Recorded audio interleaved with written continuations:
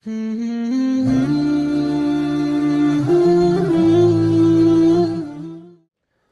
اللہ الرحمن الرحیم۔ حدیث نمبر 654 حضرت معاویہ رضی اللہ تعالیٰ عنہ سے روایت ہے۔ یہ اذان اور اذان کے جواب کی فضیلت کے بارے میں احادیث ہیں۔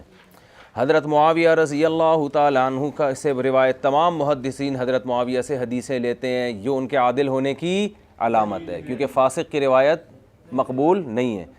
تو یہ کہتے ہیں حضرت معاویہ پر جو الزامات لگائے جاتے ہیں، حضرت علی کو گالیاں معاذ اللہ دلوائے کرتے تھے اور یہ سب کرتے تھے، اور حضرت علی کے خلاف انہوں نے خروج جو کیا وہ اجتہادی غلطی نہیں تھی بلکہ وہ معاذ اللہ حکومت کی لالچ تھی، یا اس طرح کی جو بھی باتیں کرتے ہیں تو وہ تمام محدثین کی مخالفت کر رہے ہیں۔ امام بخاری کے بھی وہ مخالف ہیں، امام مسلم کے بھی وہ مخالف ہیں، یہ مذہب محدثین کا نہیں ہے، اور پھر اپنے آپ کو کہتے ہیں ہم قرآن حدیث کو مانتے ہیں۔ تو تم جب محدثین ہی کے منکر ہو گئے تو قرآن حدیث کو کہاں سے مانو گے تم؟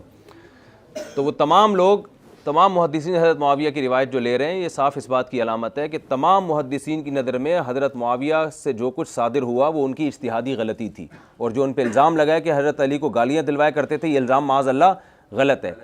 تو اس کا مفہوم کیا ہے وہ کئی بار ہم بیان کر چکے ہیں، اور اس میں حضرت معاویہ پر لگائے گئے الزامات حضرت مفتی تقی صاحب کی کتاب میں بھی اس کے جواب مل جائیں گے آپ کو، اور انہوں نے بڑی زبردست کتاب لکھی ہے تاریخ پر،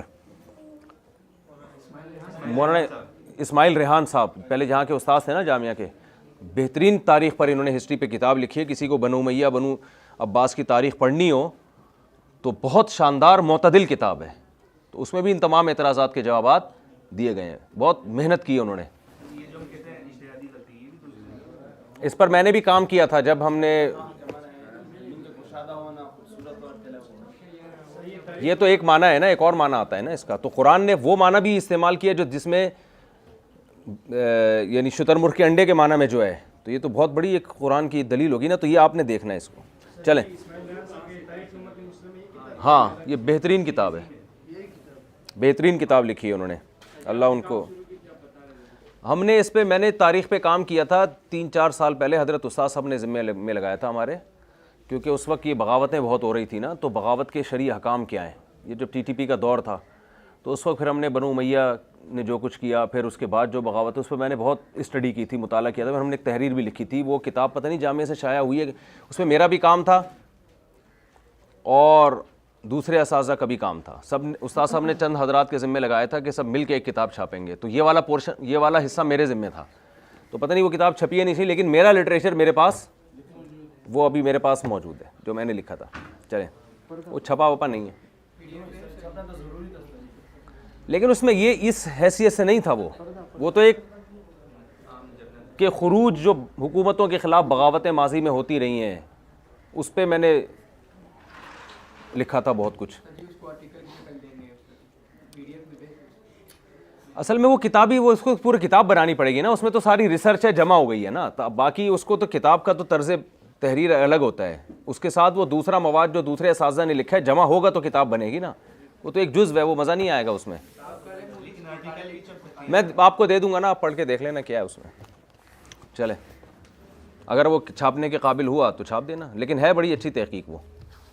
چلیں، ہاں، تو حضرت معاویہ رضی اللہ تعالیٰ عنہ سے روایت ہے، فرماتے ہیں کہ میں نے رسول اللہ پھر میں نے اس لیے بھی اس کو نہیں چھاپا کہ بہترین تاریخی کتاب جب مولانا اسماعیل ریحان صاحب نے لکھی ہے تو ہمیں کیا ضرورت ہے ایک درمیان میں ایک 1.5 انچ کی نئی چیز لانے کی؟ تو ہماری ترغیب پہ لوگ اسماعیل ریحان صاحب کی کتاب پڑھ لیں تو کیا جا رہا ہے؟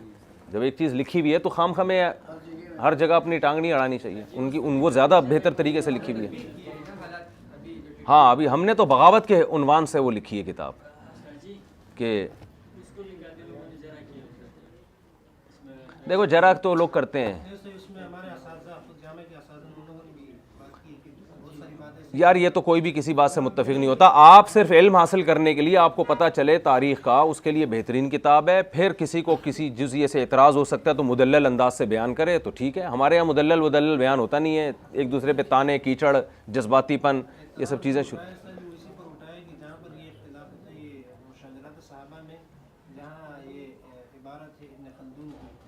عبارت میں وہ غلطی کی کہ جہاں پر ان کی جو ہے ایک اجتہادی غلطی ثابت ہوئی تھی، ان کو اس طرح سے انداز سے لائیں، اس عبارت کو اس طرح بیان نہیں کیا، بلکہ اس سے ہی تاثر آتا ہے کہ کیا نام واقعی نہیں، تو وہ بیان کر دینا چاہیے ان کو۔ اس پر بات سے پتہ نہیں شاید ابھی چلیں چلیں ٹھیک ہے. جو مقدمے میں ایسے لکھا ہوا ہے تاریخ امت مسلمہ کی دوسری جتنے بھی تاریخی کتابیں ہیں ان میں جو نقص تھے اس کو یہاں پہ پورا کیا گیا ہے. اس انداز سے اس نے مقدمہ صحیح. چلو یار سبق شروع. حضرت معاویہ رضی اللہ تعالیٰ عنہ سے روایت ہے کہ میں نے رسول اللہ صلی اللہ علیہ وسلم کو فرماتے ہوئے سنا المؤذنون اطول الناس اعناقا یوم القیامہ. قیامت کے دن سب سے اونچی گردن والے مؤذن ہوں گے. یہ کنایا ہے کہ ان کی سب سے زیادہ، کہتے ہیں نا میری تو ناک اونچی ہو گئی ہے، میری تو گردن اونچی ہو گئی ہے، تو عزت سب سے زیادہ مؤذنین کی ہوگی قیامت کے دن. رواہ مسلم. حدیث نمبر 655 وعن ابی ہریرہ رضی اللہ عنہ قال قال رسول اللہ صلی اللہ علیہ وسلم اذا یہ بڑی زبردست حدیث ہے اذا نودي للصلاة جو آگے آ رہی ہے. الشيطان له ضرات حتى لا يسمع التأذين فإذا قضي النداء أقبل حتى إذا ثوب بالصلاة أدبر حتى إذا قضي التثويب أقبل حتى يخطر بين المرء ونفسه يقول اذكر كذا اذكر كذا لما لم يكن يذكر حتى يظل الرجل لا يدري کم صلی. متفق علیہ. حضرت ابو ہریرہ رضی اللہ عنہ سے روایت ہے کہ رسول اللہ صلی اللہ علیہ وسلم نے ارشاد فرمایا جب اذان دی جاتی ہے نماز کے لیے ادبر الشیطان، شیطان پیٹھ پھیر کے، اس کو اذان سے اتنی نفرت ہے کیونکہ اللہ کا نام ہواؤں میں بلند ہو رہا ہے نا، فضاؤں میں، شیطان پیٹھ پھیر کے بھاگتا ہے. وَلَهُ زُرَات. زُرَات کہتے ہیں جب آدمی کی گیس خارج ہو اور آواز کے ساتھ ہو. ہمارے حضرت اس کا صحیح ترجمہ کرتے تھے، فرماتے تھے شیطان پاتتا ہوا بھاگتا ہے. حضرت کہتے ہیں جیسے حدیث میں بیان ہوا ہم بھی ویسے ہی، ہم جب کہتے ہیں نا یہ جب آدمی ذلیل ہو کے بھاگتا ہے نا تو یہی مثال پیش کی جاتی ہے نا، تو ایسے بھاگتا ہے شیطان، اتنا غصہ آتا ہے اس کو. فرمایا حتی لا یسمع التأذین، یہاں تک کہ وہ اذان سنتا نہیں ہے، شور شرابہ کرتے ہوئے بھاگ جاتا ہے. فإذا قضی النداء اقبل، جب اذان ختم ہوتی ہے واپس آتا ہے. حتی اذا ثوب بالصلاۃ، ثوب کا معنی جب، وہی تصویب کہتے ہیں اعادہ، اعلام بعد الاعلام، تو جب دوبارہ ہوتا ہے یعنی اقامت ہوتی ہے تو پھر شیطان ادبر، پھر بھاگ جاتا ہے. حتی اذا قضی التثویب اقبل، جب اقامت ختم ہوتی ہے پھر واپس آتا ہے. حتی یخطر بین المرء ونفسہ، پھر نماز کے دوران آ جاتا ہے، پھر انسان اور اس کے دل کے درمیان حائل ہوتا ہے. یقول، اور انسان کو سمجھانے لگتا ہے اذکر کذا اذکر کذا، یاد کر وہ تیرا مسئلہ اٹکا ہوا ہے نا، تو نے وسیم بھائی سے پیسے لینے ہیں، ابھی تک اس نے پیسے تیرے دیے نہیں. اس کو پرانی چیزیں یاد دلاتا. سمجھ رہے ہو؟ اور دیکھ تو امام صاحب بھی صحیح آدمی نہیں ہے، مختلف چیزیں اس کو، جو ساری بھولی ہوئی چیزیں نماز میں یاد آنا شروع ہو جاتی ہیں. یار وہ اس دن فون کیا تھا، یہ مسئلہ پوچھنا تھا، وہ رہ گیا. تو ساری چیزیں، پنکھوں کا حساب، گھر میں راشن کا حساب، سب چیزیں جہاں کہاں خارج کرنا بھول گیا تھا میں، یہ سب چیزیں نماز میں اس کو یاد آتی. ناک کا ایک جگہ ہو گئی تھی، دوسری والی رہ گئی. یہ تو شکر ہے بس کچھ جگہیں ایسی ہیں جو وہ چھوڑ دیتا ہے نماز میں، الحمدللہ. اچھا، لما لم یکن یذکر، جو ابھی تک یاد نہیں آئی تھی. حتی یظل الرجل، یہاں تک کہ بندہ ایسا ہو جاتا ہے لا یدری کم صلی، اسے یاد ہی نہیں رہتا میں نے رکعتیں کتنی پڑھی ہیں. چلو بھائی. حديث نمبر 656 وعن ابي سعيد الخدري رضي الله عنه قال قال رسول الله صلى الله عليه وسلم لا يسمع مدى صوت المؤذن جن ولا انس ولا شيء الا شهد له يوم القيامه. رواہ البخاری. حضرت ابو سعید خدری رضی اللہ عنہ سے روایت ہے، رسول اللہ صلی اللہ علیہ وسلم نے فرمایا مؤذن کی آذان کی انتہا، مدہ یعنی جہاں جہاں تک آواز پہنچتی ہے، کوئی بھی جن اور کوئی بھی انسان اور کوئی بھی چیز ایسی نہیں ہے جو سنے مگر قیامت کے دن اس کے لیے گواہی دے گی. کتنی بڑی فضیلت ہے یار، یعنی سب گواہی دیں گے کہ اللہ اس نے تیری کبریائی کا اعلان کیا تھا. یہ مؤذن کی بڑی فضیلت ہے کہ وہ جب، اس لیے کبھی بھی جنگل میں جاؤ نا کبھی بھی تو وہاں ضرور اذان دیا کرو نماز کے وقت، کیونکہ وہ پہاڑ بھی گواہ بن جاتے ہیں کہ اللہ اس نے تیری توحید کی گواہی دی تھی یہاں پہ. چلو. حديث نمبر 657 وعن عبد الله بن عمرو بن العاص رضي الله عنهما قال قال رسول الله صلى الله عليه وسلم إذا سمعتم المؤذن فقولوا مثل ما يقول ثم صلوا علي فإنه من صلى علي صلاة صلى الله عليه بها 10 ثم صلوا الله للوسيلة لی الوسیلہ. لي الوسيلة فإنها منزلة في الجنة لا ينبغي إلا لعبد من عباد الله وأرجو أن أكون أنا هو فمن سأل لي الوسيلة حلت عليه الشفاعة. حضرت عبداللہ بن عامر بن العاص رضی اللہ عنہ سے روایت ہے کہ رسول اللہ صلی اللہ علیہ وسلم نے فرمایا جب مؤذن کو تم اذان کہتے ہوئے سنو تو جو وہ الفاظ کہہ رہے وہ کہو، پھر مجھ پر درود پڑھو، اس لیے کہ جو مجھ پر ایک دفعہ درود پڑھتا ہے اللہ تعالیٰ اس پر 10 دفعہ رحمتیں بھیجتے ہیں. جب صلاۃ کی نسبت اللہ کی طرف ہو تو رحمت بھیجنا، جب فرشتوں کی طرف ہو تو رحمت کی دعا کرنا، صحیح ہے نا. اور جب ہماری طرف نسبت ہوتی ہے تو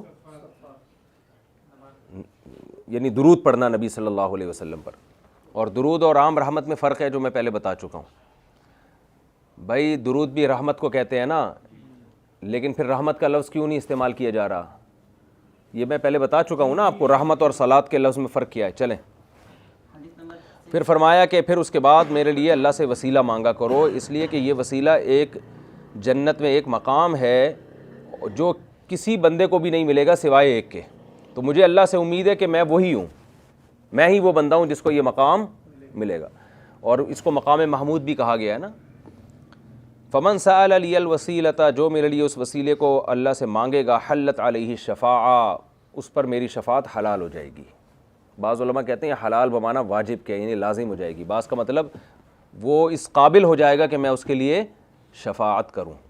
چلیں, حدیث نمبر 658 وعن عمر رضی اللہ عنہ قال قال رسول اللہ صلی اللہ علیہ وسلم اذا قال المؤذن اللہ اکبر اللہ اکبر فقال احدكم اللہ اکبر اللہ اکبر ثم قال اشهد ان لا الہ الا اللہ.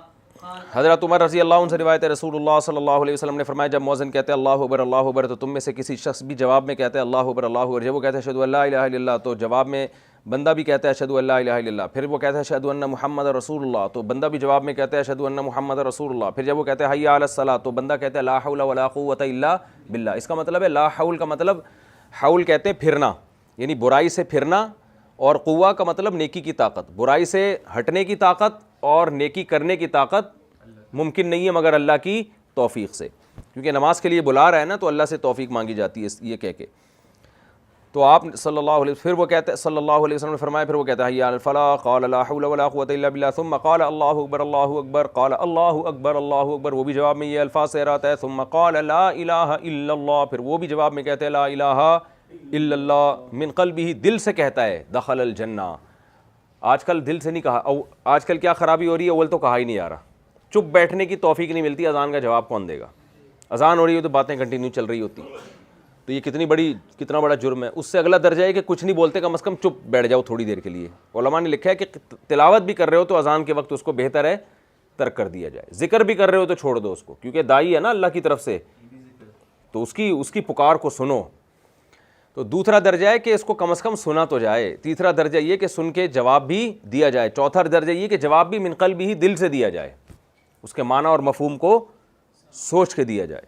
چلو, حدیث نمبر 659 وعن جابر رضی اللہ عنہ قال قال رسول اللہ صلی اللہ علیہ وسلم من قال حين يسمع النداء اللهم رب هذه الدعوة التامة والصلاة القائمة آت محمدا الوسيلة والفضيلة وابعثه مقاما محمودا الذي وعدته. محمودا الذي کون سا صیغہ ہے؟ الذي وعدته حلت له شفاعة يوم القيامة. حضرت جابر رضی اللہ عنہ سے روایت ہے, رسول اللہ صلی اللہ علیہ وسلم نے فرمایا جو شخص اذان سنتا ہے اور یہ دعا پڑھتا ہے اللہم رب هذه الدعوة التامة, اے اللہ جو اس کامل دعوت کا رب ہے. اذان مکمل دعوت ہے, مکمل دعوت ہے, کیونکہ اس میں اللہ کی کبریائی بھی, شہادت بھی, توحید بھی, پیغمبر کی رسالت کا اعتراف بھی, نماز کو کامیابی بھی کہہ دیا. اس مکمل دعوت کا رب ہے. والصلاۃ القائمہ, اور ایسی نماز کا رب ہے جو قائم رہنے والی ہے. ہمیشہ سے نماز آدم علیہ السلام کے سے لے کے اب تک چلی آ رہی ہے. نماز ایک ایسی عبادت ہے جو کبھی بھی دنیا میں ختم نہیں ہوئی. آتی محمد الوسیلۃ والفضیلہ, تو عطا کر محمد صلی اللہ علیہ وسلم کو وسیلہ اور فضیلہ. وبعثہ مقاما محمودا الذی وعدتہ, اور پہنچا دے آپ کو اس مقام میں جو قابل تعریف ہے, جس کا آپ نے نبی سے وعدہ کیا. عسیٰ ان یبعثک ربک مقاما محمودا ہے نا قرآن کریم میں. اس کے آگے الفاظ دوسری حدیث میں انک لا تخلف المیعاد, یہاں نہیں ہے. بعض روایات میں آگے کیا آتا ہے انک لا تخلف المیعاد. اس میں جو ایڈیشن لوگوں نے کی ہے, پبلک نے, وہ کیا کی ہے ورزقنا شفاعت یوم القیامہ, یہ ثابت نہیں ہے. والدرجۃ الرفیعہ بھی لگا دیا, ٹھیک ہے نا. تو حلت لہ شفاعتی یوم القیامہ, اس کے لیے میری شفاعت حلال ہو جائے گی قیامت کے دن. رواہ البخاری. چلیں بھائی, وسیلہ سے وہی مراد ہے نا, ایک مقام ہے اللہ کی نظر میں. اللہ کے ہاں جنت میں ایک ایسا مقام ہے جو آدم سے لے کے قیامت تک آنے والے انسانوں میں سے صرف ایک شخص کو ملے گا, دوسرا اس پہ نہیں جائے گا. تو نبی کو امید تھی کہ وہ کس کو ملے گا, مجھے. تو آپ نے ہمیں دعا پہ لگا دیا, ٹھیک ہے نا, میرے لیے دعا مانگو کہ وہ مجھے ملے. تو یہ ہمارے لیے بڑا فائدہ ہو گیا نا کہ ہمیں بھی نبی کے لیے کچھ مانگنے کا موقع مل گیا. حدیث میں کہ حین یسمع الندا کا مطلب یہی بادہ، یہ تو ہوتا ہے کہ یہ جو جب کا معنی ہے نا، یہ تو کبھی کام کے بعد کے لیے بھی استعمال ہوتا ہے اس کے، ہاں ہاں، ہینا کا معنی دونوں آتے ہیں نا، اس کے مقارن بھی ہوتا ہے، اس کے بعد بھی ہوتا ہے۔ جب وہ اذان سنتا ہے یعنی فوراً بات کرنا ہے نا، تو مضارع کا مطلب ابھی یہ کام ہوا ہے، یہ تو مجازن یہ بہت کثرت سے اس معنی میں استعمال ہوتا ہے۔ کہتے ہیں جب تم آؤ گے تو میں بھی آؤں گا، مطلب تم پہلے پہنچو تو میں بھی ساتھ ساتھ آ رہا ہوں، لیکن تمہارے بعد۔ چلیں، دونوں معنی میں استعمال ہوتا ہے۔ حديث نمبر 660 وعن انس رضي الله عنه قال كان النبي صلى الله عليه وسلم يغير اذا طلع الفجر وكان يستمع الاذان فان سمع اذانا امسك والا اغار فسمع رجلا يقول الله اكبر الله اكبر فقال رسول الله صلى الله عليه وسلم على الفطرة ثم قال اشهد ان لا اله الا الله فقال رسول الله صلى الله عليه وسلم خرجت من النار فنظروا اليه فاذا هو راعی معزن۔ حضرت انس رضی اللہ عنہ سے روایت ہے کہ نبی صلی اللہ علیہ وسلم کسی بھی علاقے پہ جب حملہ کرتے ہیں نا جہاد میں، تو اکثر صبح کے وقت کرتے، یغیرو کا معنی حملہ اچانک، وکان یسمع الاذان، لیکن جب بستی کے قریب رات کو جا کے پڑاؤ ڈالتے، آپ نے بہت سارے دعوت نامے پہنچائے ہوئے تھے نا بستیوں کو، پھر اس کے بعد آپ صلی اللہ علیہ وسلم لشکر بھیجتے جہاد کے لیے، اس میں بسا اوقات خود بھی جاتے آپ، تو آپ رات کو پڑاؤ ڈالتے، وکان یسمع الاذان، آپ اذان سنتے تھے فجر کی، کہ فجر سے پہلے اگر اذان دی ہے اس کا مطلب یہ بستی اسلام قبول کر چکی ہے، اور اگر اذان نہیں آ رہی تو اس کا مطلب یہ اسلام انہوں نے قبول نہیں کیا۔ فَإِذَا سَمِعَ اَذَانًا، جب اذان کی آواز سنتے، امسکا، رک جاتے۔ اس سے پتہ چلا اذان شاعر اسلام میں سے، کسی بستی کے بارے میں کہ یہاں مسلمان رہتے نہیں رہتے، یہ اذان سے پتہ چلتا ہے۔ وَإِلَّا أَغَارَ، ورنہ آپ حملہ کر دیتے۔ تو جو لوگ غیر مسلم کنٹریز میں رہتے ہیں اذانوں کے سننے کو ترس جاتے ہیں، وہ یہ کوئی کمال کی بات نہیں ہے۔ بعض لوگ مجھے بتا رہے ہوتے ہیں لندن میں اتنا مذہب ہے، امریکہ میں اتنا مذہبی آزادی، بھائی بہت کچھ ہوگا، ایسی آزادی نہیں ہے جیسی اسلامی ملکوں میں ہے۔ اذان دے کے دکھاؤ وہاں پہ، پکڑ لیں گے ٹھیک ہے نا، ہیں وہ تو شمالی علاقہ جات میں تو آبادی نہیں ہے نا، تو اس لیے نہیں سن رہا نا، تو پہاڑوں پہ بھی جاؤ گے تو نہیں ہوگی۔ ہاں رپورٹ ہے بھائی، یہ رپورٹ ہے، تو آبادی کی بات کر رہا ہوں نا، شہروں میں تو ہوتی ہے نا الحمدللہ اذان۔ تو ایک دفعہ ایک شخص آیا وہاں چیچنیا سے، تو جب اذانوں کی مغرب کی، ہمارے مدرسے میں تھا مغرب کی سارے محلوں سے اذانوں کی، وہ اتنا حیران ہوا، بے بھائی اتنے ماشاءاللہ تم لوگوں کی اذانیں ہوتی ہیں ایک ایک ٹائم پہ۔ وہ چیچنیا اس وقت روس سے نیا نیا آزاد ہوا تھا، وہ بڑا حیران ہو رہا تھا، یار اتنے، ہمارے ہاں تو ایک لائن لگتی ہے نا اذانوں کی، تو یہ اللہ کی طرف سے بڑی نعمت ہے۔ تو میرے بھائی، تو آپ صلی اللہ علیہ وسلم نے فرمایا، لائٹ آ گئی ہے؟ اچھا شکر ہے۔ آپ صلی اللہ علیہ وسلم نے فرمایا، والصلاۃ کہاں ہو گیا بھائی؟ ہاں تو وہ اذان ہی نہیں ہوتی بھائی۔ فَإِذَا سَمِعَ أَذَانًا أَمْسَكَ، جب آپ اذان سنتے تو رک جاتے، وَإِلَّا أَغَارَ، ورنہ حملہ کر دیتے۔ فَسَمِعَ رَجُلًا يَقُولُ، آپ نے ایک شخص کو یہ کہتے ہوئے سنا، اللہ اکبر اللہ اکبر، وہیں بستی میں۔ فقال رسول اللہ صلی اللہ علیہ وسلم علی الفطرہ، فرمایا یہ فطرت پر ہے۔ ثم قال اشہد ان لا الہ الا اللہ، پھر اس شخص نے یہ کہا میں گواہی دیتا ہوں کہ اللہ کے سوا کوئی معبود نہیں۔ آپ صلی اللہ علیہ وسلم نے فرمایا خرجت من النار، اللہ نے تجھے جہنم سے نکال لیا۔ فنظروا الیہ فاذا هو راعی معزن، دیکھا کہ وہ بکریاں چرانے والا ہے۔ تو پہاڑوں پہ ایک چرواہا کلمہ شہادت پڑھتا ہوا جا رہا تھا، اس وقت اسلام کی دعوت پہنچ چکی تھی۔ چلیں، یہ اقدامی جہاد تھا۔ اقدامی جہاد ہے نا کہ بھئی آپ دعوت دے چکے ہیں، 3 آپشن ان کو دے چکے ہیں، پھر آپ شریعت میں اجازت ہے کہ آپ اس پر حملہ کر سکتے ہیں۔ اس اقدامی جہاد کے بہت زیادہ غیر مسلم لوگ خلاف ہیں کہ یہ کون سا جہاد ہے بھائی۔ ابھی ایک انٹرویو میں نے دیکھا، ڈاکٹر اسرار احمد اور غامدی صاحب بیٹھے ہوئے ہیں اور ایک اینکر انٹرویو لے رہا ہے۔ ڈاکٹر اسرار احمد تو اقدامی جہاد کے قائل، انہوں نے تو سیدھا سیدھا جہاد کو جو قرآن و سنت کا مسئلہ ہے وہ ڈیفائن کیا۔ غامدی صاحب آپ کو پتہ ہے ہر بات کو گھمانے کے عادی ہیں۔ غامدی نے کہا یہ نبی کے دور کے ساتھ خاص تھا، کیونکہ یہ جو اقدامی جہاد تھا اصل میں یعذبہم اللہ بایدیکم، کیونکہ پیغمبر جب کسی قوم میں آتا ہے تو اللہ کا عذاب بھی آتا ہے، تو عذاب کی ایک صورت یہ تھی۔ تو ڈاکٹر اسرار نے کہا پھر یہ تو نبی کے دنیا سے جانے کے بعد بھی صحابہ کرتے رہے ہیں پوری دنیا میں جہاد۔ ہاں تو وہ ایسے گھماتا ہے نا بات کو، غامدی صاحب تو گھماتے رہتے ہیں باتوں کو، تو گھما کے وہ پورے جہادی کا انکار کر دیا۔ ڈاکٹر اسرار احمد صاحب کا موقف وہی تھا جو اہل سنت والجماعت کا موقف ہے، انہوں نے بڑے اچھے، تو اس پہ اس نے ایک اعتراض کیا کہ اس کا مطلب پھر امریکہ بھی جہاں جن ملکوں پہ حملہ کر رہا ہے وہ ٹھیک ہے، اس کا مطلب ہے انہوں نے کہا پھر ابھی کیوں نہیں کرتے؟ انہوں نے کہا ابھی پاور ہی نہیں ہے مسلمان کنٹریز کے پاس، وہ خود اسلحہ غیر مسلموں سے لے رہے ہیں، تو ان پہ چڑھائی کہاں سے کریں گے؟ تو واقعی صحیح ہے، جب پاور نہ ہو تو چپ کر کے آرام سے بیٹھ جاؤ پھر. تو اس پہ بہت زیادہ غیر مسلم اعتراض کرتے ہیں کہ یہ کون سا قسم ہے جہاد کی. تو اس کے الزامی جواب بھی ہے اور تحقیقی جواب بھی ہے. تحقیقی جواب تو یہ ہے کہ زمین اللہ کی ہے. اسلام کا جہاد کسی خاص قوم کے لیے نہیں ہوتا، کنٹری کے لیے نہیں ہوتا کہ اس کنٹری کی برتری ہم نے قائم کرنی ہے. اسلام کا جہاد نظریاتی بیس پہ ہے، نظریاتی بیس پہ، اعلاء کلمۃ اللہ کی بیس پہ ہے کہ نظریات، کہ میں بھی اس نظریے کا پابند ہوں، آپ بھی پابند ہیں. جیسے ہمارے نبی جو دین لے کر آئے آپ خود بھی اس کے پابند تھے، اور وہ نظریہ 2 اور 2 4 کی طرح واضح ہے کہ زمین پر اللہ کی حکومت ہوگی، اللہ کا نظام ہوگا. یہی وجہ ہے کہ وہ قوم اگر مان لیتی ہے اللہ کے نظام کو تو پھر اس سے لڑنے کی اجازت نہیں ہے.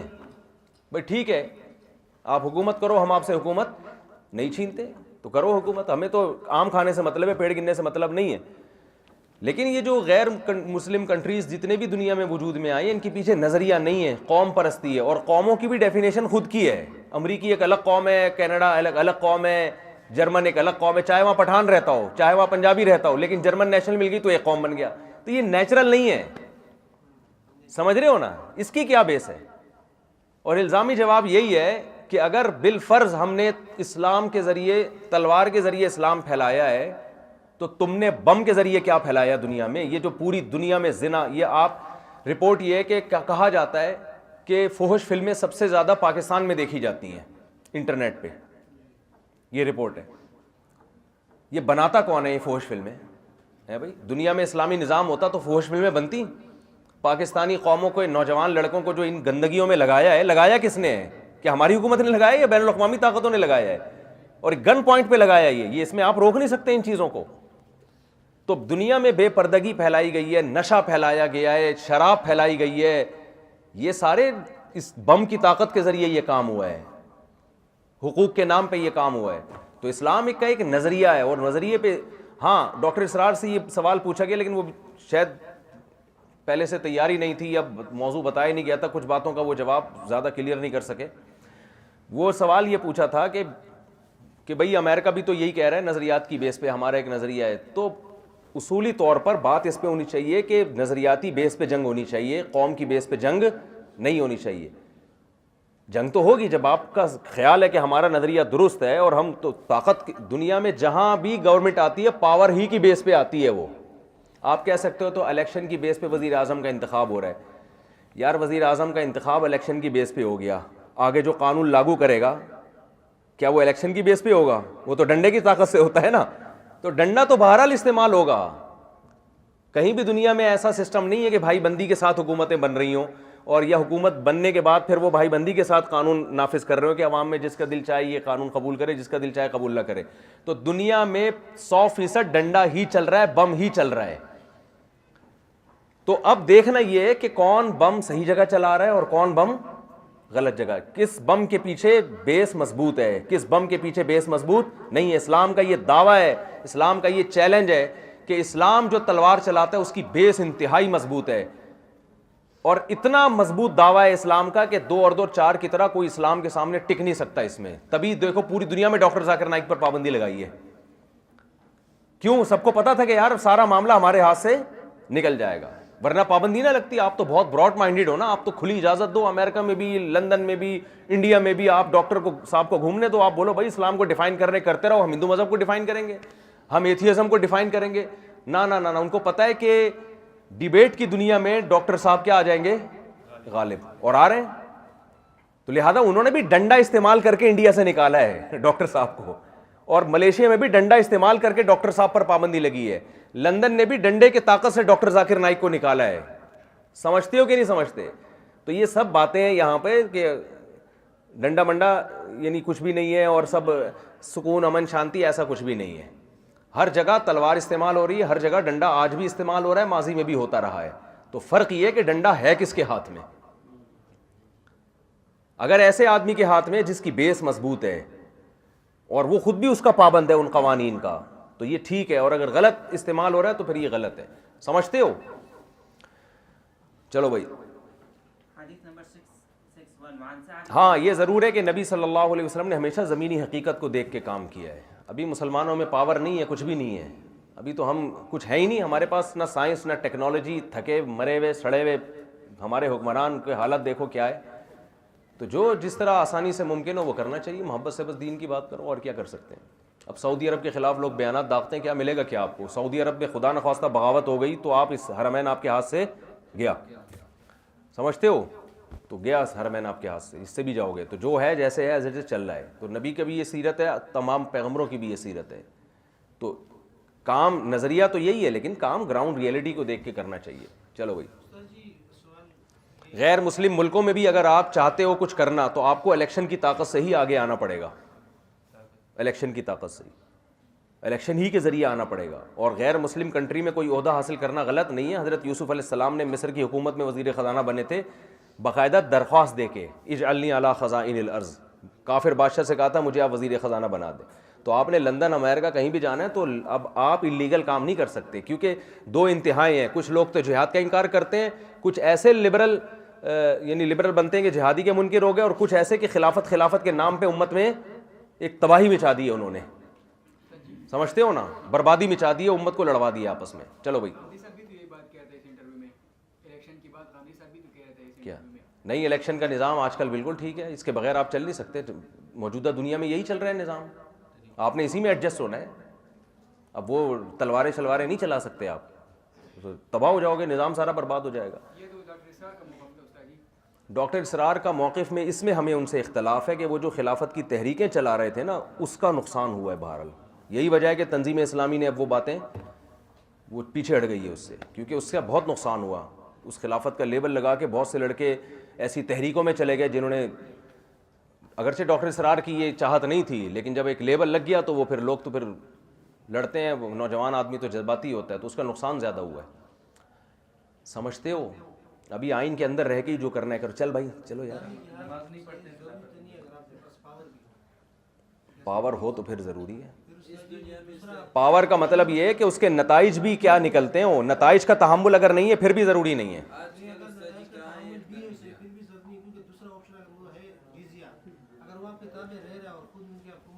دیکھو, جہاد کی طاقت سے کوئی مسلمان نہیں کیا جائے گا, آج تک کبھی ایسا نہیں ہوا. جہاد کی طاقت سے ایک عدل, نظام عدل کی حکومت آتی ہے, اسلامی حکومت آتی ہے, جس کو اسلام کہتے ہیں عدل کا نظام ہے. عدل کی ہر ایک کی اپنی ڈیفینیشن ہے. اسلام کی ڈیفینیشن ہے کہ اسلام سے بڑا عدل کسی میں نہیں ہے. تو یہ نظام عدل ہی ہے, آپ اس کو اسلامی نظام کہو, عادلانہ نظام کہو, ہر آدمی نے عدل کی اپنی ڈیفینیشن ہے. تو اسلام کہتے ہیں ہم عدل, ہمارے پاس اصل عدل ہے, اور اس میں دلائل ہیں اسلام کے پاس, ایسی ہوائی باتیں تھوڑی ہیں. لیکن کسی فرد واحد کو تلوار کی طاقت سے مسلمان کرنا یہ بالکل جائز نہیں ہے, اور نہ اسلامی تاریخ میں کبھی ایسا ہوا ہے. کوئی مثال ایسی نہیں ملتی اسلامی تاریخ میں. حکومت لانا الگ چیز ہے, سسٹم لانا الگ چیز ہے. باقی تو ہمیشہ سے اسلامی سلطنتوں میں, ہندوستان میں 1000 سال مسلمانوں نے حکومت کی ہے, تو پھر بھی ہندوؤں کے کتنے سارے لاکھوں مندر ہیں. مسلمانوں نے توڑنا ہوتا ختم کر چکے ہوتے ہیں ان کو. ہندو ابھی بھی تعداد میں زیادہ ہیں, ورنہ مسلمان گن پوائنٹ پہ مسلمان کر دیتے ہیں ان کو, لیکن نہیں کیا اس لیے کہ مذہب اجازت نہیں دیتا. چلیں یار, ہمارا سبق رہ جائے گا. جی بھائی, جزیے پر اگر عمل کرتے ہیں تو وہ بھی ماتحت ہو کے کریں گے نا, ماتحت ہو کے نہیں. اگر جزیہ دیتے ہیں تو بھی, لیکن وہ ماتحت ہو کے جزیہ دیں گے, وہ اپنی ماتحتی مان لیں گے. سسٹم پھر ہمارا ہی چلے گا ان کے اوپر. چلیں, ہاں ایسے تھوڑی ہوگا. چلیں چلے چلے چلے. پھر یہ ٹاپک دوسری کتاب کا ہے نا, یہ تو میں نے ضمن ایک بات درمیان میں آ گئی. میں نے بہت جلدی اسپیڈ ماری ہے اس میں. یہ اصل اس میں اور بہت ساری ڈیٹیل ہے اقدامی جہاد اور دفاعی جہاد میں, لیکن یہ ایک بات درمیان میں آ گئی تھی کیونکہ کسی کو اشکال ہو سکتا ہے کہ نبی صلی اللہ علیہ وسلم کیسے حملہ کر رہے ہیں کسی بستی پہ. تو یہ سب دعوت پہلے ان کو دی جا چکی تھی. چلیں.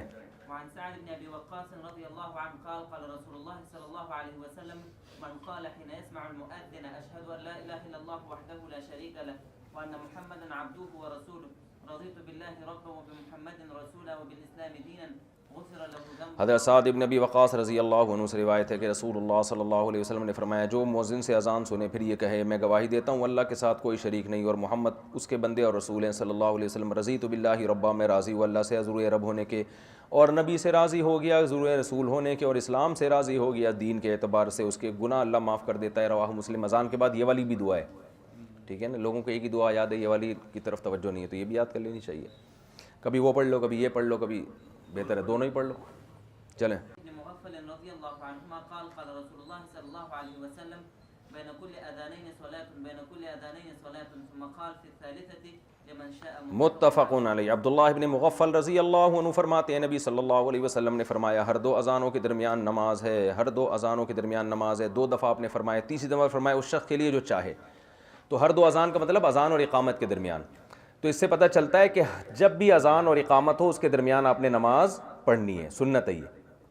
تو فجر میں ہم 2 سنتیں پڑھ لیتے ہیں, اس طرح سے یہ سنت پوری ہو جائے. ظہر میں 4 پڑھ لیتے ہیں, اس طرح پوری ہو جاتی ہے. تو عصر میں بھی 4 پڑھ لینی چاہیے, 4 نہیں تو کم از کم 2 پڑھ لو, ٹھیک ہے نا, تاکہ اس حدیث پر عمل ہو جائے. ورنہ حدیث میں دوسری میں آتا ہے جو عصر سے پہلے 4 پڑھے اللہ اس پر رحم کرے. عشاء سے پہلے بھی کتنی ہیں, 4 ہیں. نہیں ہوتا 4 کا ٹائم نہیں تو کم از کم 2 پڑھ لو تاکہ اس حدیث پر عمل ہو جائے. اچھا, عشاء سے پہلے 4 رکعتوں پر کوئی حدیث موجود نہیں ہے. علماء نے قیاس کیا ہے کہ بھئی فجر کی 2 تو اس سے پہلے 2, ظہر کی 4 تو اس سے پہلے 4, اور عصر کی 4 تو اس سے پہلے. تو اس سے استیناس کیا ہے, قیاس بھی نہیں کہہ سکتے اس کو, استیناس کیا ہے کہ بہتر یہی ہے کہ عشاء سے پہلے بھی 4 پڑھ لیں. ہاں, اب مغرب کی طرف آ رہا ہوں. تو مغرب سے پہلے یہ جو مشہور ہے نا کہ امام ابو حنیفہ کے نزدیک, ہمارے ہاں بر صغیر میں مشہور ہے کہ اذان اور اقامت کے درمیان نماز جائز نہیں ہے. ہمارے ہاں مشہور یہ ہے, لیکن امام حنیفہ کا ایسا کوئی قول نہیں ہے, خوب سمجھ لو. حنفیہ کے ہاں بھی اذان, مغرب کی اذان اور اقامت کے درمیان نماز پڑھنا جائز ہے. سمجھتے ہو کہ نہیں سمجھتے؟ حنفیہ کا اصل مذہب یہ ہے کہ امام کو چاہیے کہ اذان کے جتنا جلدی ہو سکتا ہے فوراً بعد نماز کھڑی کرے. وہ اس دوران اگر کوئی 2 رکعتیں پڑھ لے تو پڑھ لے, نہیں پڑھے تو نہیں پڑھے. امام باقاعدہ ٹائم نہیں دے گا, کیونکہ مغرب میں جو جلدی پڑھنے کی فضیلت ہے وہ زیادہ تاکید ہے بنسبت اس کے کہ لوگوں کو ٹائم دیا جائے. سمجھتے ہو؟ ورنہ صحابہ سے اذان کے بعد مغرب کے 2 رکعتیں پڑھنا, کیونکہ مکروہ وقت بھی گزر گیا ہے نا, اور یہ حدیث بھی موجود ہے. یہی وجہ ہے کہ جو بخاری مسلم کی حدیث ہے اس کے الفاظ ہیں کننا نتبادر الی السواری. صحابہ کہتے ہیں کہ جب مغرب کی اذان ہوتی تھی ہم مسجد کے ستونوں کی طرف بھاگتے تھے تاکہ جلدی سے ہم 2 نتبادر کا مطلب یہی جلدی سے ہم 2 رکعتیں پڑھ لیں. یعنی اس سے پتہ چلتا ہے کہ نبی کے دور میں بھی 2 رکعتوں کا پراپر ٹائم نہیں دیا جاتا تھا. اگر ٹائم دیا جاتا جیسے کہ باقی نمازوں میں دیا جاتا ہے تو صحابہ ستون کی طرف بھاگتے نہیں, کیونکہ ہر جگہ نماز نہیں پڑھ سکتے نا, آگے سے نمازی کا کسی کا گزرنا منع ہو جاتا ہے. تو ستون کی طرف ایک دوسرے سے سبقت کرتے تھے. یہ سبقت کرنا اس کی علامت تھی, پتا تھا کہ بھئی میں اگر پڑھ لوں گا تو دوسرے کو موقع نہیں ملے گا. تو ہم بھی یہی کہتے ہیں کہ اگر امام کسی وجہ سے بھی تاخیر کر رہا ہے, اذان ہو گئی, امام صاحب مسجد, امام وضو کر رہا ہے یا قضاء حاجت میں ہے یا وہ وضو کرتے ہوئے آ رہا ہے اور آپ سمجھتے ہو کہ میں 2 رکعت پڑھ لوں گا, تو آپ پڑھ لو جلدی سے. نہیں, اذان ہوتے ہی شروع نہ کرو, اذان کے بعد پہلے اذان سن لو تمیز سے. تو ہم یہ کہتے ہیں اس طرح دونوں طرح کی احادیث میں تطبیق ہو جاتی ہے. وہ احادیث جس میں جلدی نماز کا حکم ہے تو وہ ان پہ بھی, اور تو ہم بھی یہی کہتے ہیں کہ پراپر وقت نہیں دیا جائے گا, لیکن کسی وجہ سے اگر وقت دیا جا رہا ہے یا امام کو تاخیر ہو رہی ہے تو آپ پڑھ لو, تو یہ ناجائز نہیں ہے. رمضان میں باقاعدہ ٹائم دیا جاتا ہے افطاری کی وجہ سے, تو رمضان میں پڑھنی چاہیے. ہماری مسجد میں 2 منٹ کا ٹائم دیتا ہوں, اس لیے دیتا ہوں کہ ہم نے کئی بار تجربہ کیا, اذان ہوتے ہی نماز کھڑی ہوتی تھی, بہت سے لوگوں کی نمازیں جماعتیں رہ رہی تھیں, کیونکہ مغرب میں ٹائم کا تو پتہ نہیں چلتا, اذان سے ہی پتہ چلتا ہے نا. تو ہم نے طے کیا کہ بھائی کم سے کم 2 منٹ کا ہم وقفہ دیں گے, تو اس دوران لوگ نوافل پڑھ لیتے ہیں, تو ٹھیک ہے, کوئی حرج نہیں ہے اس میں. اس پہ کوئی صاحب میرے خلاف بنوری ٹاؤن سے فتویٰ لے آئے. فتویٰ یہ لے کر آئے کہ میں نے, یعنی میرے بارے میں فتویٰ لیا کہ یہ جس نے یہ کہا ہے کہ بھئی یہ مغرب کے بعد لوگوں کو نماز کا ٹائم دینا چاہیے اور وغیرہ وغیرہ. تو انہوں نے فتویٰ لکھا کہ اذان کے بعد مغرب میں تاخیر مکروہ ہے, ٹھیک ہے نا. تو وہ فتویٰ میں نے پڑھا, میں نے کہا بنوری ٹاؤن کا یہ فتویٰ بالکل صحیح ہے, تاخیر مکروہ ہے. فتویٰ اس پہ ہونا چاہیے کہ کیا 2 منٹ کی تاخیر کو تاخیر کہتے ہیں کہ نہیں کہتے. یہ ساری عبارتیں اس پر ہیں کہ مغرب کی نماز اور اذان میں تاخیر مکروہ ہے, یہ میں بھی مانتا ہوں. تو فتویٰ بھی اسی پر ہے. آپ نئے سرے سے استفتاء لکھیں کہ کیا صرف 2 منٹ کی تاخیر, اور وہ تاخیر بھی کسی عذر سے. عذر یہی ہے کہ لوگوں کی جماعتیں نکل رہی ہیں. بہت لوگوں نے کہا یار 1 رکعت تو لازمی نکلتی ہے ہماری, کیونکہ لوگ انتظار کرتے ہیں جیسے ہی اذان ہوتی ہے فوراً مسجد کی طرف چلتے ہیں, نکل جاتی ہے لوگوں کی نمازیں. تو یہ 2 رکعت کسی عذر سے ہے, اور لوگوں میں ویسے بھی سستی ہے, تو اس دوران بہت سے لوگ نوافل پڑھ رہے ہوتے ہیں, تو کوئی ممانعت نہیں ہے اس میں, ٹھیک ہے نا, بلکہ افضل ہے نوافل. کیا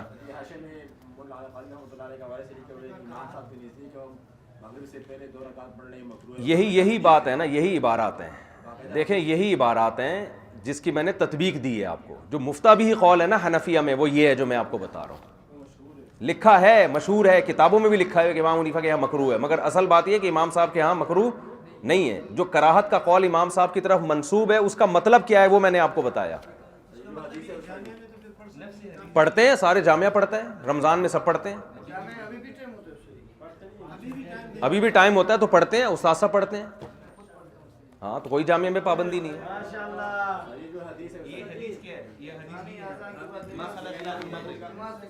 کیا ما خلا صلاۃ, یہ تو روایت کی سند دیکھنی پڑے گی نا کیا ہے, ٹھیک ہے نا. جو مشہور یہی ہے امام صاحب کی طرف کراہت کا قول منقول ہے, مگر اس کا مطلب کیا ہے وہ میں نے آپ کو بتا دیا. جیسے امام صاحب کی طرف شوال کے 6 روزے کی کراہت منقول ہے نا کہ 6 روزے مکروہ ہیں, تو خود حنفیہ, بخاری مسلم کی حدیث ہے شوال کے 6 روزے سنت ہیں, تو حنفیہ امام صاحب کے قول کی طرف جو قول منسوب ہے اس کا مفہوم حنفیہ سے ہی پوچھا جائے گا نا کہ اس کا مطلب کیا ہے. چلیں. الفصل الثاني حديث نمبر 663 عن ابي هريره رضي الله عنه قال قال رسول الله صلى الله عليه وسلم الامام ضامن والمؤذن مؤتمن اللهم ارشد الائمه واغفر للمؤذنين. کہاں چلا گیا؟ ہاں یہ حضرت ابو ہریرہ رضی اللہ عنہ سے روایت ہے, رسول اللہ صلی اللہ علیہ وسلم نے فرمایا امام ضامن ہے. ضامن کا مطلب لوگوں کی نمازوں کا ضامن ہے. امام کی نماز اگر ذرا سی خراب ہو گئی تو مقتدیوں کی نماز بھی خراب. امام کا ذرا سی ہوا نکل گئی تو اس کا مطلب گویا سب کی نکل گئی, چاہے وہ ایلفی لگا کے آئے ہوں. تو امام, حقیقت بتا رہا ہوں نا, امام کو بڑا خیال کرنا چاہیے. والمؤذن مؤتمن, اور مؤذن وہ ہے جس پر اعتماد کیا جاتا ہے. روزے میں بھی اعتماد کیا جاتا ہے, وہ اذان دیتا ہے ہم سمجھتے ہیں بھائی سحری کا ٹائم ختم ہو گیا, وہ اذان دیتا ہے ہم سمجھتے ہیں نماز کا ٹائم شروع ہو گیا. تو اس لیے مؤذن کو چاہیے کہ وہ اپنا اعتماد لوگوں پہ ختم نہ کرے, احتیاط کرے وہ. پھر آپ نے دعا دی, اللہم ارشد الائمۃ واغفر للمؤذنین, اے اللہ اماموں کی مغفرت فرما جو مساجد کے ائمہ ہیں, اور مؤذنین کی, اے اللہ اماموں کو صحیح راستے پہ چلا اور مؤذنین کی مغفرت فرما. رواہ احمد و ابو داود و الترمذی والشافعی. چلو. حديث نمبر 664 وعن ابن عباس رضي الله عنهما قال قال رسول الله صلى الله عليه وسلم من أذن 7 سنين محتسبا كتب له براءة من النار. رواه حضرت عبداللہ ابن عباس رضی اللہ عنہما سے روایت ہے, رسول اللہ صلی اللہ علیہ وسلم نے فرمایا جو 7 سال اذان دے گا صرف ثواب کی نیت سے, اس کے لیے جہنم سے برات لکھ دی جاتی ہے. ترمذی اور ابو داؤد اور ابن ماجہ نے اس کو روایت کیا. حديث نمبر 665 وعن عقبة بن عامر رضي الله عنه قال قال رسول الله صلى الله عليه وسلم يعجب ربك من راعي غنم في رأس شظية للجبل يؤذن بالصلاة ويصلي. حضرت عقبہ ابن عامر رضی اللہ عنہ سے روایت ہے, رسول اللہ صلی اللہ علیہ وسلم نے فرمایا اللہ اس شخص کو دیکھ کر بہت خوش ہوتا ہے. اعجاب کا معنی بہت خوش ہوتا ہے. جو بکریاں چراتا ہو کسی پہاڑ کی چوٹی پر, یؤذن بالصلاۃ ویصلی, اکیلا رہتا ہے لیکن نماز کے وقت میں اذان بھی کہتا ہے اور اقامت بھی, اکیلا ہی. فیقول اللہ عز وجل, اللہ تعالیٰ فرماتے ہیں انظروا الی عبدی ھذا, فرشتوں سے کہتے ہیں دیکھو میرے اس بندے کو, یؤذن ویقیم الصلاۃ, اذان بھی دیتا ہے نماز بھی قائم کرتا ہے, یخاف منی, مجھ سے ڈرتا ہے حالانکہ اسے کوئی دیکھنے والا نہیں ہے, میرا خوف ہے اس کے دل میں. قد غفرت لعبدی, میں نے اپنے اس بندے کی کو معاف کر دیا, وادخلتہ الجنہ, اور جنت میں اس کو داخل کر دیا. اب اسماعیل بھائی کو اعتراض ہوگا کہ ابھی تو داخل ہوا نہیں, تو بھائی یہ ماضی مستقبل کے معنی میں بھی استعمال ہوتا ہے, گویا کہ داخل کر دیا. اس قسم کے اشکالات اکثر اسماعیل بھائی کو بہت ہوتے ہیں. چلو بھائی اسماعیل بھائی, اسماعیل پلیز. حديث نمبر 66 وعن ابن عمر رضي الله عنهما قال قال رسول الله صلى الله عليه وسلم ثلاثة على كثبان المسك يوم القيامة. 3 آدمی ایسے ہیں نبی نے فرمایا جو مشک کے ٹیلوں پر ہوں گے قیامت کے دن, مشک و عنبر کے ٹیلے ہوں گے, ان پر ہوں گے قیامت کے دن. عبد ادا حق اللہ و حق مولاہ, ایک وہ غلام جو اللہ کا حق بھی ادا کرتا ہے اور اپنے مولا کا حق بھی ادا کرتا ہے.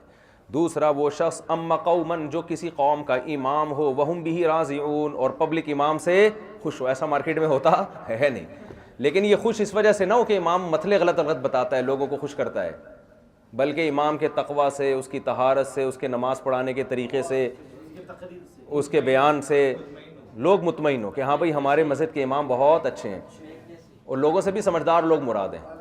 ورنہ بعض دفعہ امام سے لوگ ناراض اس لیے ہوتے ہیں کہ امام غلط نہیں ہوتا، پبلک غلط ہوتی ہے. وہ اس لیے کہ امام حق بات کہہ رہا ہوتا ہے، وہ پبلک کہہ رہی ہوتی ہے یہ کیسی باتیں کر رہا ہے. تو اچھے لوگ مراد ہیں، سے اچھے لوگ. وَرَجُلٌ، تو اس میں اصل میں یہ بتایا جا رہا ہے کہ امام کو چاہیے نماز میں اوقات کی پابندی کرے، لباس کو صاف رکھے، لوگوں سے اچھے اخلاق سے ملے، لوگوں کی ضرورتیں محلے کے خبر گیری کرے، تو تاکہ لوگ اس سے خوش ہوں. تو ایسے امام سے صرف چندوں پہ ہی سارا زور نہ لگائے. وسیم بھائی سے الگ، یہاں سے الگ لے لیا، اور پھر آج کل بعض امام ایسا کر رہے ہوتے ہیں کہ مسجدوں پہ پورا قبضہ کر کے بیٹھ چکے ہوتے ہیں وہ، اور اپنا چندوں کا سسٹم بنایا ہوا ہوتا ہے، پتہ ہی نہیں ہوتا کمیٹی کو کیا کر رہا ہے، کیا ہو رہا ہے، اور پھر اپنا بہت کچھ ہو رہا ہوتا ہے بعض جگہوں پہ. سب جگہ زیادہ تر تو اللہ کا شکر ہے اس میں خیر غالب ہے. وَرَجُلٌ يُنَادِي بِالصَّلَوَاتِ الْخَمْسِ كُلَّ يَوْمٍ وَلَيْلَةٍ، اور ایک وہ شخص ہے جو 5 نمازوں کے لیے اذان دیتا ہے. رواہ الترمذی وقال هذا حدیث غریب. یہ حدیث غریب ہے. غریب کا مطلب کیا ہے؟ اس کا مدار ایک راوی پر ہے، اس راوی کے علاوہ کسی اور سے یہ حدیث منقول نہیں ہے. وعن ابی ہریرہ رضی اللہ عنہ قال قال رسول اللہ صلی اللہ علیہ وسلم المؤذن یغفر له مدى صوته ويشهد له كل رطب. پھر یہ اذان ہو گئی ہے پھر انشاءاللہ.